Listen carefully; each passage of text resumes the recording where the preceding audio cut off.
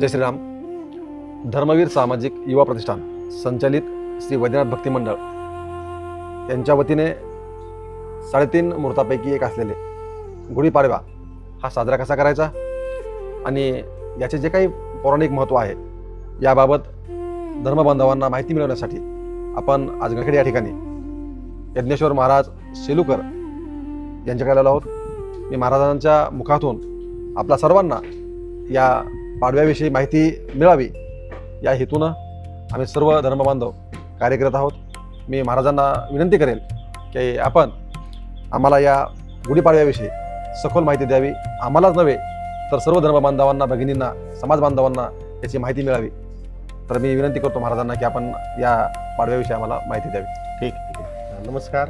गुढीपाडवा हे 3.5 मुहूर्तापैकी एक मुहूर्त आपल्या संस्कृतीमध्ये मानला जातो आणि गुढीपाडवा हा दरवर्षी येतो. संवत्सर बदललं की आपल्याला गुढीपाडवा येतो.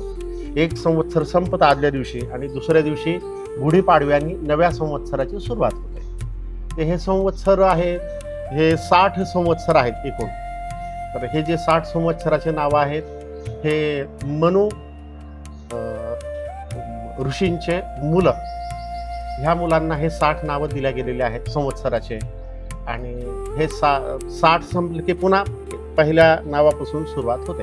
अशा पद्धतीने हे चक्र पुन्हा पुन्हा पुन्हा चालू राहतं आणि हे अनंत काळापासून आहे. इक्ष्वाकू वंशाच्या कुलापासून राजा रामाचं जे कुळ आहे ते सगळ्यात जुनं कुळ आहे.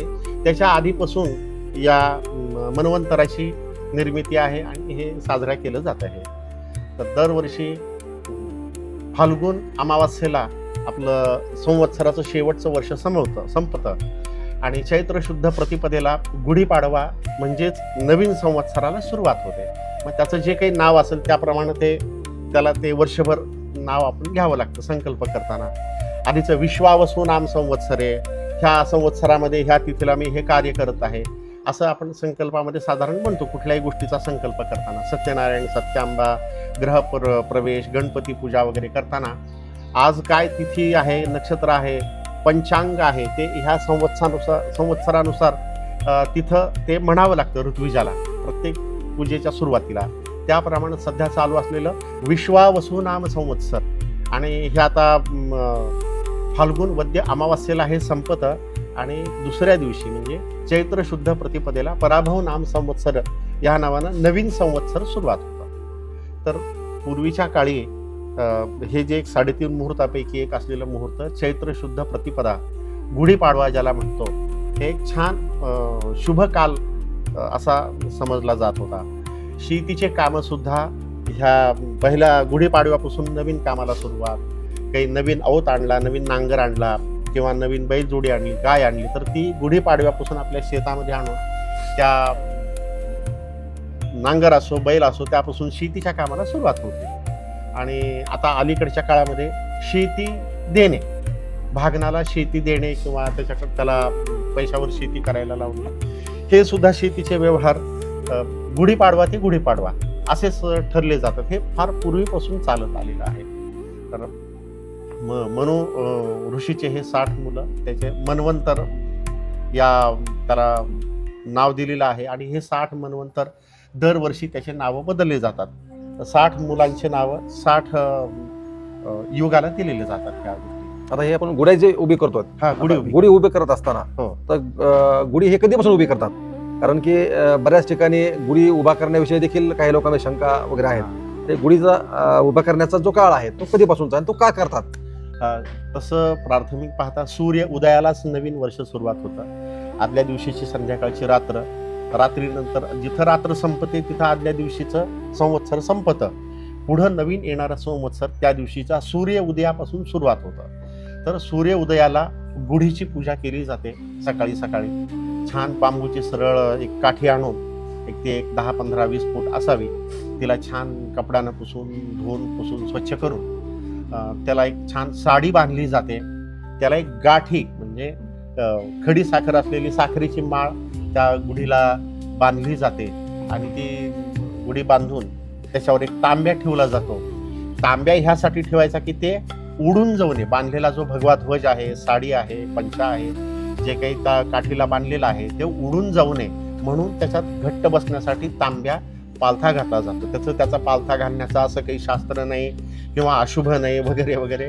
म्हणजे वास्तविक पाहता तांब्या पालथा घालणं हा दुसऱ्या कामासाठी आपण शब्द वापरतो, पण इथं तसला काहीही चुकीचा अर्थ न घेता ते जे काही बांधलेलं वस्त्र आहे ते वाऱ्यांना उडून जाऊ नये, ते गच्च राहावं काठीला, म्हणून त्या तांब्याच्या तोंडामध्ये ते पूर्ण कपडा घातला जातो आणि संध्याकाळपर्यंत ते तसंच राहू देऊन संध्याकाळी ती घडी सूर्यास्तानंतर उतरवली जाते. तर अशा पद्धतीनं नवीन वर्ष साजरा करण्याची पद्धत ही नवीन गुढी बांधून आहे. आणि आता प्रचलित म्हणजे एक चांगलं काम केलं की एक चांगली गुढी बांधून आलो. शिवाजी महाराजांच्या काळात एखादा गड जिंकला की त्या गडावर गुढी बांधली, चांगलं काम करून आलं. अशा पद्धतीने हे गुढी बांधणे हा वाक्प्रचार शब्दप्रचार चांगल्या कामासाठी वापरला जातो. गुढी जी उभी करतायत आपण, तर गुढी ही कोणत्या काळापासून, म्हणजे एकंदरीत आम्हाला जर ज्ञानामध्ये भर पडावी म्हणून ते कधीपासून उभी केली जाते? आता आपण छत्रपती शिवाजी महाराजांचा उल्लेख केला, तर छत्रपती शिवाजी महाराजांच्या काळापासून का त्याच्या आधीच्या काळापासून देखील? रामराजाचं जे वंशज आहेत, जिथून ह्या मन्वंतराला सुरुवात झाली, ह्या युगाला सुरुवात झाली, त्यावेळेसपासून ही गुढी उभारली जाते. आणि संवत्सराचं नाव त्यावेळेसपासूनच तयार झालेलं आहे. 60 नावं 60 नावं, एक नाव संपून दुसरं नाव सुरू होताना, म्हणजे एक 12 महिन्याचा कालावधी संपून दुसऱ्या महिन्याचा कालावधी सुरू होताना मध्ये गुढीपाडवा येतो पहिल्या दिवसाला, तिथं संवत्सराचं नाव बदललं जातं. तर ही बदलण्याची प्रक्रिया अनंत काळापासून आहे आपली भारत. प्रभू श्रीरामाच्या वंशाच्यापासून? हो, परशुरामाच्या आधीपासून, रामाच्या आधीपासून ही गुढी आपल्या धर्मामध्ये आपल्या घरावर बांधली जाते. यावर्षी अजून एक संकल्प केला जातो आपल्या आरोग्याविषयी. लिंब ह्या झाडाला नवीन फुलं तौर आलेला असतो, फुलांचा बहार आलेला असतो. आणि लिंबाचं झाड हे आरोग्यासाठी खूप चांगलं आहे. त्याच्या पानाचा रस, त्याच्या सालींचा जाळ हा श्वसनासाठी आरोग्यासाठी उत्तम आहे. खोड असो, पान असो, दांडी असो, त्या पानाची दांडी असो, बाळंतपणामध्ये त्या काडीचा काढा दिला जातो. काही विकार होऊ नये शरीरामध्ये म्हणून पानं ज्या देठाला काडीला चिटकलेले असतात त्या काडीचा काढा बाळंतपणामध्ये दिला जातो. तर अशा ह्या लिंबाचं महत्त्व, त्या दिवशी त्याचा तौर काढला जातो. चिंच आणि गुळामध्ये त्याचं छान औषध बनवलं जातं. चिंच, गुळ आणि लिंबाच्या पानाच्या तौराचं ते त्या दिवशी आपल्याला ग्रहण करायचं असतं, घ्यायचं असतं. तर आपण प्रसाद रूपानं ते सगळंजण घरामध्ये ते खातो. ते आंबट लागतं, तुरट लागतं, कडू लागतं, परंतु त्या दिवशी ते प्रसाद म्हणून घ्यायचं असतं. आणि आपण यूट्यूबवर बघा की लिंबाच्या पानाचा उपयोग काय आहे, लिंबाच्या आलेल्या फुलाचा उपयोग काय आहे. आपल्याला कमी वेळामध्ये यूट्यूबवर ही चांगली माहिती उपलब्ध होईल. पण प्रत्येकाने आवर्जून हे लिंबाच्या फुलाचं चूर्ण, ओल्या फुलांचं चूर्ण त्या दिवशी खायचं आहे. सामाजिक व प्रतिष्ठान संचलित श्री वैद्यनाथ भक्ती मंडळाच्या माहितीला आपण जे प्रतिसाद दिला आणि आम्हाला आणखीन पुढे काम करण्यासाठी आपला जो आशीर्वाद लागणार आहे, ज्या ज्या वेळेला आम्हाला लागेल त्या वेळेला आम्ही आपल्याकडे येऊ जरूर. आणि धर्म कार्यासाठी आणि सामाजिक कार्यासाठी आपला आशीर्वाद सदैव सर्व धर्म बांधवांचा असावा ही अपेक्षा व्यक्त करतो. केव्हा येईल मी. सर्वांनी आनंदानं गुढीपाडवा साजरी करा. आपल्या घरी धर्म ध्वज पताका बांधा, त्याचं पूजन करा. गुढीपाडव्याच्या निमित्तानं सर्व बांधवांना माझ्या हार्दिक शुभेच्छा. आणि हा धर्मध्वज ही धर्मपताका ही गुढी प्रत्येकाच्या घरी उभी राहावी. त्याच्यात कुठल्याही जातीचा उल्लेख नाही, कुठल्याही माणसांचा उल्लेख नाही, कुठल्याही जागेचा उल्लेख नाही. ते आपल्या घरावर प्रत्येकाने लावावी, कुठल्याही जातीचा असो. आजकालच्या युगामध्ये जात हा शब्द पुढे आला, आधी नव्हता. पण प्रत्येकानं आपल्या घरी ही गुढी उभा राहावी आणि आनंदोत्सव साजरा करा.